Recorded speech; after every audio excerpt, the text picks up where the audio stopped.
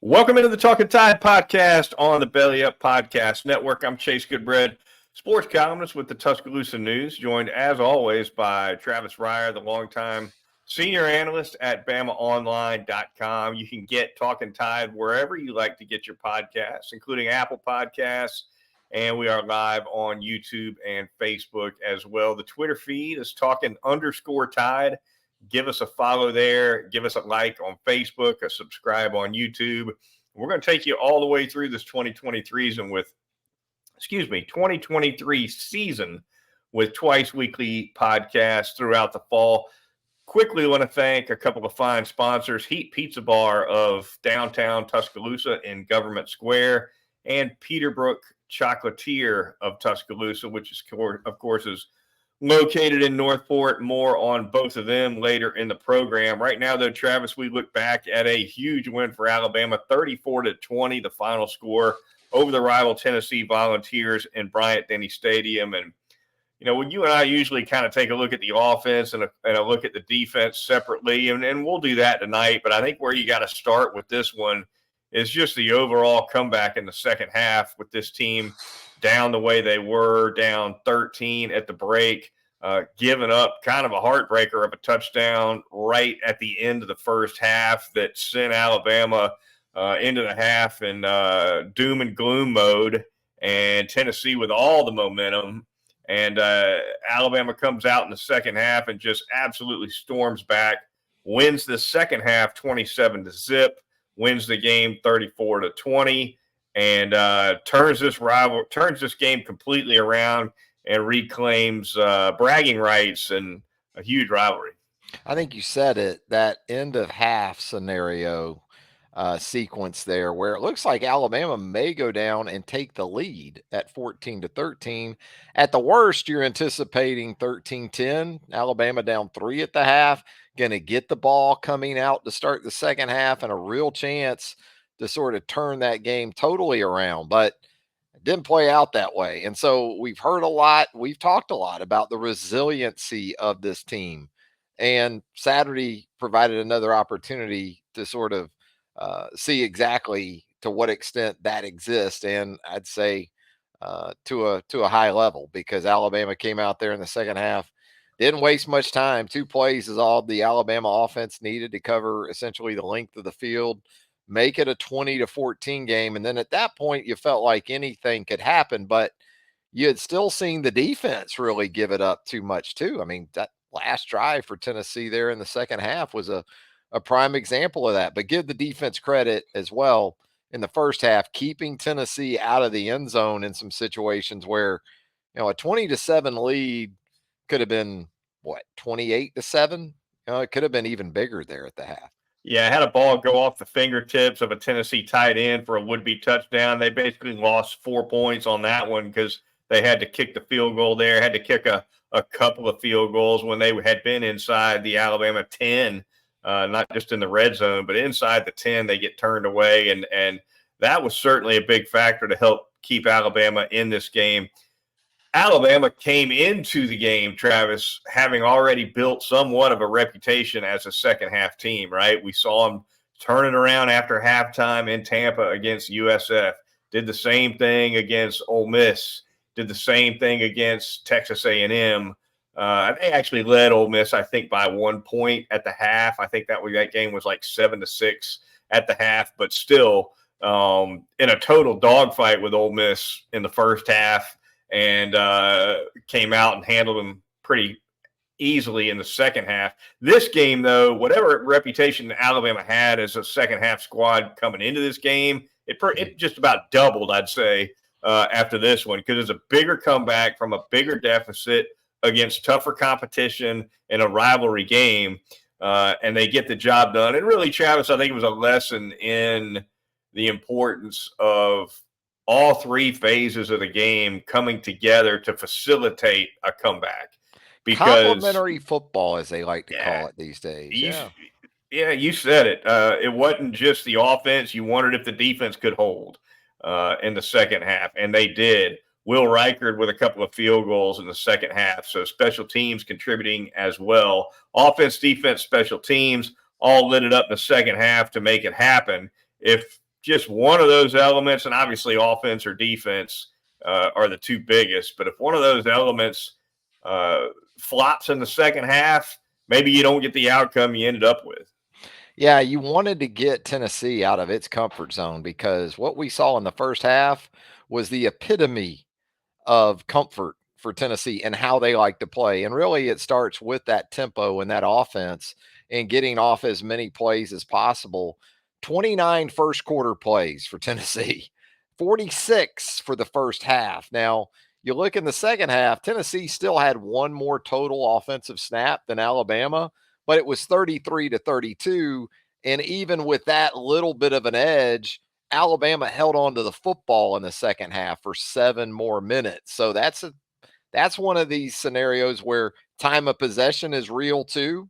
And that goes back again to all three phases doing the job. And really, when you talk about the offense, one thing they continue to do, even through kind of the rough spots, and they did turn it over on the strip sack fumble by Jalen Milro on Saturday. They still take pretty good care of the ball. You know, they've gotten better about not putting themselves in too many bad situations. But it also seems like even when they have, the defense has answered the bell in those scenarios. And this is a defense likes to play on fourth down, man. You know, you look at the analytics going into a couple of those shots that Heupel took in this game. Alabama's been pretty good in those situations. Tennessee hadn't been very good offensively on fourth down, and that showed up again in this game. Yeah, a couple of those. I think Tennessee was 0 for 3 for the game on fourth down. A couple of those spots were really big. One of them a real head scratcher. Josh Heupel with a lead decides he's going to go for it. I think from his own 35, 37, somewhere in that neighborhood. Ill-advised for sure. I think that was the play where Milton got stopped just short of the line to gain. And also for Alabama, Travis, too, you got to mention the fact that they were penalized just once for 5 yards in the game. I think it was an illegal snap was the one blemish on what otherwise would have been a clean slate on penalties. Coming off a year where against the Volunteers last year, they got penalized 17 times. So you can't understate that factor in the game either. No, this Alabama offense still does plenty to put itself behind the sticks. So it certainly doesn't need the penalty aspect to be a part of that either. And, you know, I talked about turnovers. Alabama actually turned it over twice. So that tells you about how the defense answered the bell on a couple of those occasions. Now, the interception there into the second quarter, the defense didn't exactly stonewall Tennessee after that. But for the most part, you're right. It wasn't just offense. It wasn't just defense in the second half. Will Reichard with a big field goal there from 50 yards out in the fourth quarter to put Alabama up by a touchdown. And then, you know, when you turn it over a couple of times, it goes back to can you take it away? And Alabama didn't just take it away. Alabama scored off of one of those non-offensive touchdowns. And we know how big those can be in outcomes too. Former Alabama player Sam Matthews chiming into the program, Travis, wanting to know what we think about that running game for the Crimson Tide. We are on the subject of the offense, so a good time to touch on that as well. Big day for Jace McClellan, 115 yards on 27 carries. Of course, had the big play to open the second half to kind of get that running game going. And that was an area where, again, Alabama maybe not as good in the first half as they were in the second. And I still don't think this team runs the ball as well as it needs to. But in this one, you can't argue with what McClellan was able to get done. Yeah, and a workhorse type effort. I mean, he got up into the high 20s in carries. You know, we wondered if, hey, is Alabama going to start to expand this thing? Because we saw Jam Miller, we saw Justice Haynes the week before against Arkansas, so 4 backs in there. But it reverted back to not only Jace and Roydell, but a lot of Jace McClellan, especially there in the second half. And he was sort of the fire starter there with that 29-yard run on the first play from scrimmage. And, you know, the offensive line did some nice things at times. I thought Jace at times did some of it on his own. including a couple of times where maybe he went away from some blocking that he had, but it all worked out in the end. Uh, that was the sort of rushing effort Alabama needed in the second half, because now in each of the last 8 meetings of the between these teams, the team that has won the rushing total edge has won the game. And I think Alabama had maybe 4 or 5 more rushing yards in this game. Again, sacks get taken out of this stuff, so you have to kind of look at that as well. But the pre-adjusted numbers, again, just like last week when the backs rushed for over 200, look pretty good for these Alabama backs, specifically Jace McClellan. And look, Jalen really supplemented that thing too. We saw some design quarterback runs. We saw Jalen at times very decisive when he left the pocket to go get yards with his legs. Yeah, no doubt. If this running game is going to be a successful one down the stretch, particularly in the next game against LSU, which is going to be a huge one in that SEC West race, Milro's got to be a part of it. They run the ball better when they incorporate Milro into it with design runs in particular, and obviously, you can work some option in there where he gives or doesn't, depending on a read of the defensive end. But they definitely run the ball when the defense is shown that he's a threat and that they can't just ignore him back there. Play calling wise, a little bit of diversification for this game for Alabama, Travis. We saw a couple of jet sweeps. We saw a couple of screens. Really hadn't seen much of either throughout the season. Screens really didn't do much. They did pop a nice run on a jet sweep. I say run. It's technically a completion, but they did pop a nice gain, I should say, to Kendrick Law with one of those jet sweeps. And, maybe down the stretch, we'll start to see some more of that sprinkling in offensively, some play calling that we just haven't seen much of to date. Yeah, just in general, we saw more attempts to turn easy touches into explosive plays, like Kendrick Law's jet sweep. They ran it a couple of times with him. Ran a little slice action with Isaiah Bond across the formation and just dump it out to him in the flat. So saw them move Jalen Milro off of play action there and hit CJ Dupree coming from the other side of the formation on a little underneath route that picked up some nice yardage. So you're right. I thought just in general of trying to be more creative and give themselves some easy opportunities, or at least easier opportunities to stay on the field first and foremost, but also have an opportunity to hit some explosive plays. It's something we have seen from Alabama offenses in the past. Hadn't really seen it much from this group, but I got to think we're going to see more of it moving forward. Speaking of pass protection, 4 more sacks on Milro. A couple of those maybe on him. I think we're seeing a little bit more awareness from him outside the pocket. We're starting to see him throw more balls away instead of just running out of bounds for losses or taking a sack that he shouldn't take.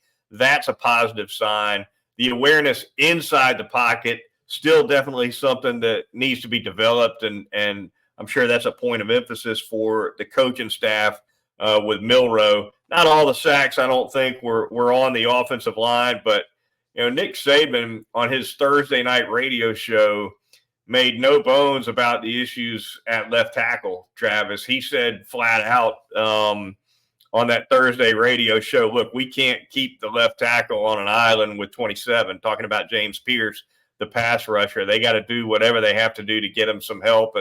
And we saw some help on that side, certainly, with the left tackles. And it seems like Proctor is trending toward maybe taking that position back over.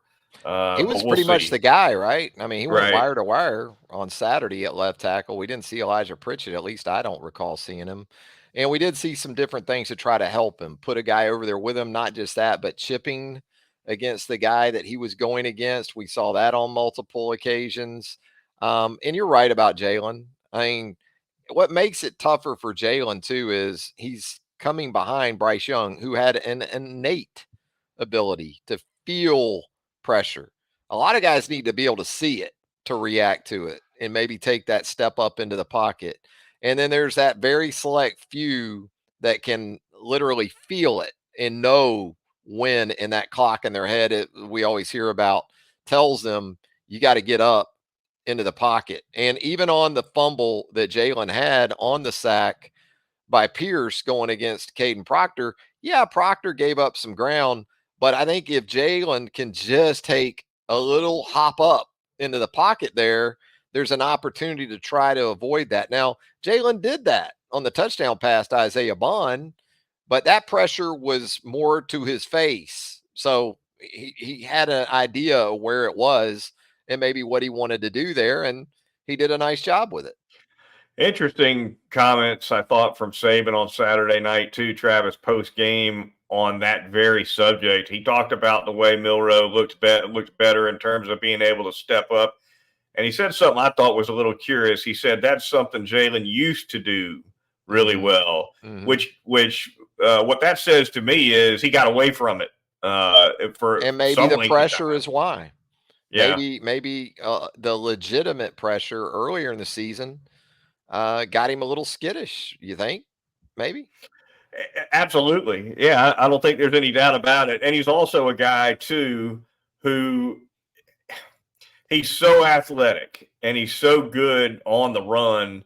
He's so dangerous when he leaves the pot. But he's one of the few, not too many quarterbacks think they can run to the perimeter and beat linebackers and beat somebody out. Well, he can, right? So, his instinct to just peel out the back door when the pocket's collapsing on him is going to be the right instinct more often than it is for most quarterbacks because he's athletic enough to get out there and beat somebody to the corner, turn upfield, make a first down, whatever. Still, regardless of how athletic he is, though, you still want him to just go ahead and take a step forward in the pocket, survey the field, and hit somebody too. And that's a balance for Jalen Milro. It is, and the thing about it too, that may be his instinct, but I think Jalen's been pretty adamant, best I can tell.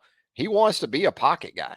He really does. That's what he wants to be first and foremost. And I get it. When you talk about a big picture future for a quarterback, that is kind of a non-negotiable. You have to be able to deliver the ball from the pocket. Now, there's offenses out there in the NFL that have been constructed in a way in recent years that fit a guy that maybe runs more and looks to get out of the pocket and do some different things, whether it's a Josh Allen, whether it's a Jalen Hurts, whether it's a Lamar Jackson, those kind of guys. But I think first and foremost, he wants to be a pocket guy. But yeah, there's that navigation skill that you got to have in working the pocket. And I thought in the second half, you saw more of that from him. And you saw it on a big 3rd and 10 too, that he converted when he stepped up, had the running lane in front of him, and he took advantage of it and went and got the 10 yards. It's great to want to play quarterback, but I've seen the best that aren't as athletic as Jalen understand the Tom Brady's who aren't going to win any 40-yard dashes, that on 3rd and 6, 3rd and 7, sometimes if you can break the pocket and go get 7, you got to play football. You got to play quarterback, but there are going to be a couple instances of the game where you got to go play football and go get the yards. And Jalen did that in the second half. He did. And I think he's also a guy, when you talk about his ability to pick up yards on the ground, look, just because you step up in the pocket doesn't mean you have to sit there and wait and take a sack if nothing's open. You could take off and just go straight up field from a step up. And if you're a spy, if you're a linebacker on the opposing defense and you're spying on Jalen Milro, what would you rather have? Would you rather him peel out to the side where you can just kind of track him and maybe force him inside where there's going to be maybe some help for you to bring him down? Or do you want him coming straight at you downhill and giving you one little juke in the open field and then be off to the races like he did against Arkansas last year for that big run? That was a huge help for Alabama in the second half against the Razorbacks last year. Milro's every bit as dangerous running, maybe more so, I think, when he just tucks it and goes through what's left of those A-gaps and pass protection, right? Straight between guards and centers, as opposed to going out the back door and stringing it out toward the sideline. Yeah, when he's decisive about it or kind of forced into it, like the Mississippi State game, when the shotgun snap pretty much signaled that he was instantly in runner mode and he turned that into an explosive play touchdown, he can do it. Now, I think one of the things about Jalen that's oversold a little bit is that he has some serious make you miss skills. I don't see that with Jalen Milro. What worries you about Jalen Milro is what we're talking about probably first and foremost, and that's when he's decisive and decides to make straight line runs because he can get up to top speed in a hurry, and he's 215, 220 pounds. So, he can finish those runs if he wants to with emphasis, as we saw on the 3rd and 10 against Tennessee on Saturday night. So, yeah, I mean, he is a very capable, very effective runner. But as you're sort of, I think, alluding to here and pointing out, it's not just can you run, it's when you run, do you know where to run?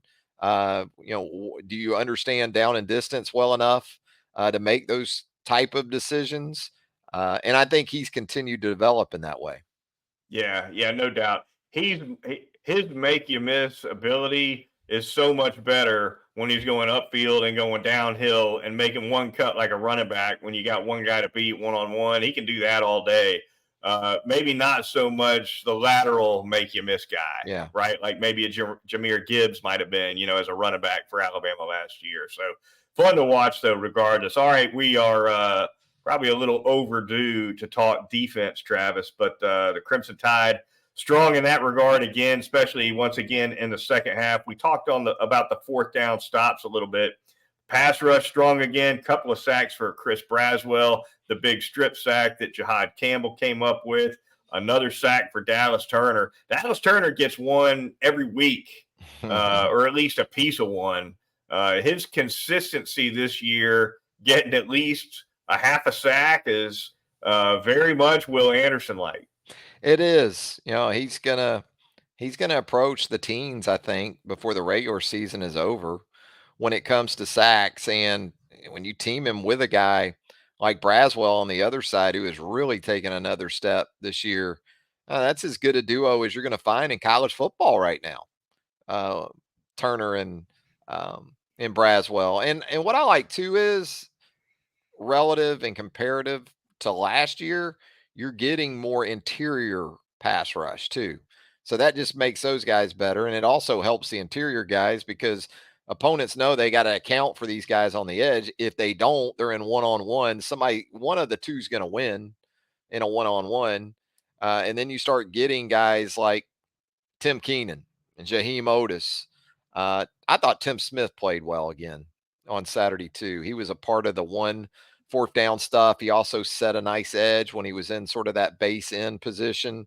So they're getting it from different guys too, man. I mean, couple nice plays from a Boybe too. A Boybe, I love that guy. Even game's over, they're up 14 in the last minute.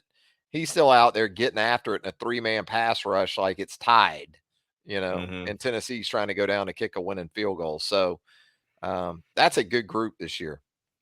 All right, the Talkin Tide podcast on the Belly Up Podcast Network. Going to thank a couple of sponsors really quickly. We're first going to tell you all about Heat Pizza Bar in downtown Tuscaloosa. Great spot for you and your family if you're looking for great food, great atmosphere, and especially if you're out and about with Alabama, home or away. You don't want to deal with those crowds on the strip. You just head downtown to Government Square, 2256th Street. And Frank Fleming's staff is going to take care of you for sure. I had a Talkin Tide listener grab me as I was exiting the field after the game, Travis, asking me if I was bringing a big crowd down to Heat, a big Talkin Tide crowd down to Heat after the game. Lots of fun talking to that guy really Tide quickly. Turn up. That's Heat. right. They got to make that happen. Yeah. Bunch of flat screens, though, at Heat Pizza Bar. They're always going to have the big game on for you as well, and you can't beat the fantastic signature pizzas, the margarita, the standard, the Thai chicken pizza. It's all excellent. Super prices, too, daily specials. So the next time you're in the mood for great pizza, head to Heat Pizza Bar, 2256th Street in downtown Government Square. I'm going to tell you about Peterbrook Chocolatier out there at 1530 McFarland Boulevard North in the Indian Hill section of Tuscaloosa. 16 years and counting. Peterbrook Chocolatier, a staple of the Tuscaloosa community. If you are a fan of chocolate, well, This is your equivalent of Six Flags over chocolate, or Walt Chocolate World, something like that. You got the chocolate footballs, you've got the personalized chocolate treats that they will make for you at Peterbrook Chocolatier, 1530 McFarland Boulevard North in the Indian Hill section of Tuscaloosa. All right, the Talkin Tide podcast on the Belly Up Podcast Network, the Twitter feed Talkin_Tide. Travis, we'll look around the SEC really quickly. We'll take a quick dip in that two-deep tumbler before we get out of here. Mississippi State and Arkansas with a boat race, 7-3. The final score, Mississippi State gets home. And in the aftermath, Travis, we learned today that Dan Enos, who was very briefly on that Alabama staff, he was canned by Sam Pittman after a dismal offensive performance. 200 total yards of all. This is how bad it's been for Arkansas offensively the last several weeks. The last 3 games they've played, which includes a game against the Crimson Tide, their offenses couldn't crack 300 yards of total offense in any of their last 3 games. Only 200 total yards against Mississippi State. And it was the end for Dan Enos. Might be the end for Sam Pittman by the time the season's done. It might be, because it wasn't just that the offense was putrid in that loss to Mississippi State. And I get it. We've talked about it. I mean, this is an Arkansas team that's been on a hell of a run, to start this season, really. The previous 4 weeks essentially on the road against really good teams for the most part. Then you come back home, that team looked totally out of gas. So I don't know what's going to happen with Sam Pittman. Part of me thinks Arkansas fans maybe overvalue their job a little bit, especially with Texas and Oklahoma coming in. Okay, well, and it's never a good counter argument to say, well, who you going to get? Because you never know. But you never know who you get is going to turn out to be, I guess is what I'm saying. But I'm kind of that way with Arkansas.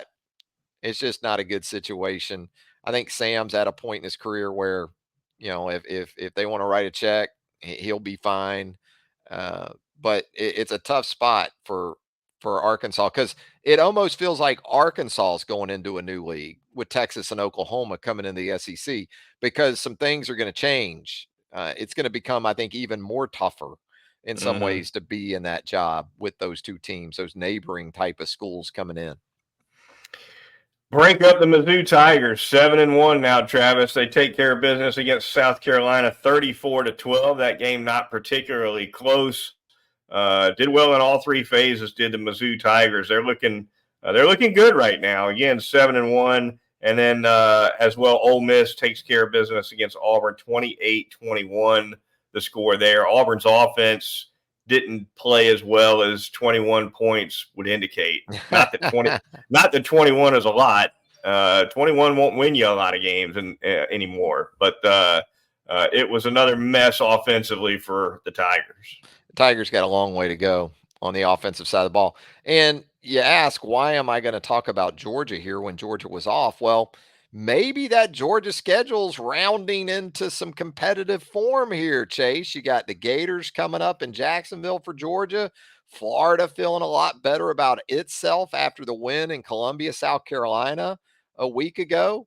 You've got Missouri playing at a high level now. Even Tennessee down the road. Ole Miss is on that Georgia schedule as well. Hey, maybe things are going to get a little interesting for the Dogs here over the back half. Don't be scared. Don't be scared. Come on. Good fellas. Yeah. You feel strong? That's what Kirby's saying, all that I just said. Oh, great. All right. And these guys are being fresh. So good. All right, we're going to jump through that tumbler really quick, give it a spin, see who comes out of here. And then we'll be out of here and done on Talkin Tide. Who's going to come out of this tumbler today?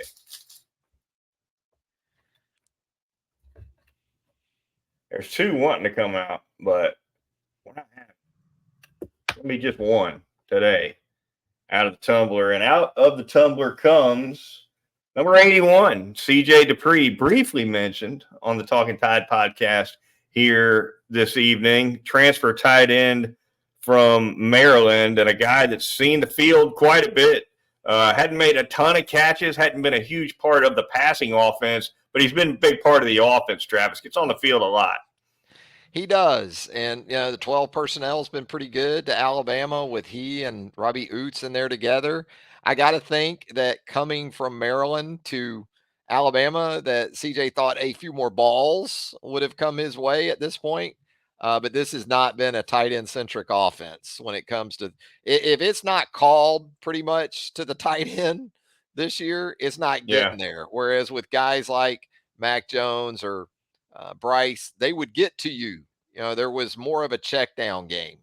And they didn't need it. They didn't need it. They haven't needed as much help from tight ends and pass pro as they have in past years either. Well, yeah, and like yesterday, I thought that was nice play design. That was a nice play call to get Jalen on the move, because Tennessee's linebackers, not just Beasley and the inside linebackers for Tennessee, but Tennessee was bringing a safety a good bit, dropping a safety down in there, and especially on early downs, just dead intent on taking away the running backs in the run game. So anything you did to the backs was going to hold those guys in there, and then you could get a lot of what you wanted off of it. But Dupree's a nice player, man. He really is, and give him credit, because again, I'm pretty sure he didn't think he would be sitting with the reception total he has right now. But it doesn't seem to have affected him in other areas of his game, and he's been a nice pickup. High energy guy, no doubt about Yep. it. All right, that's going to do it for this edition of the Talkin Tide podcast. We'll be taking a week off right along with the team, as we usually do, Travis, on this idle week. But we will come back, I suppose, in about 10 days, that following Wednesday, to preview Alabama's game against LSU. Huge game. You can't quite say it's for all the marbles in the West, because Ole Miss has still only got one loss in the league. Yeah. So they're still kind of hanging around, got their fingers crossed that LSU can trip Alabama, so that the Rebels can stay in it. That being said, certainly not a bigger game in the West this year than LSU's trip to Bryant-Denny Stadium. It seems like no matter what, it comes down to Alabama, LSU, somehow, some way. And give this Alabama team a lot of credit. There's a couple of times in September and October where I'm thinking, this is going to be one of those very rare Saban teams that doesn't get to November with CFP chances intact. I mean, that's kind of been an annual rite of passage. Right. But this team is going to do that. They're going to go into November still with pretty much everything on the table for them. All right, that's going to do it for this edition of the Talkin Tide podcast. Be sure to join us again the Wednesday prior to Alabama's game against LSU. We'll be previewing that one. Until then, for Travis Reier of BamaOnline.com, I'm Chase Goodbread, sports columnist with the Tuscaloosa News. We will talk to you then right here on Talkin Tide.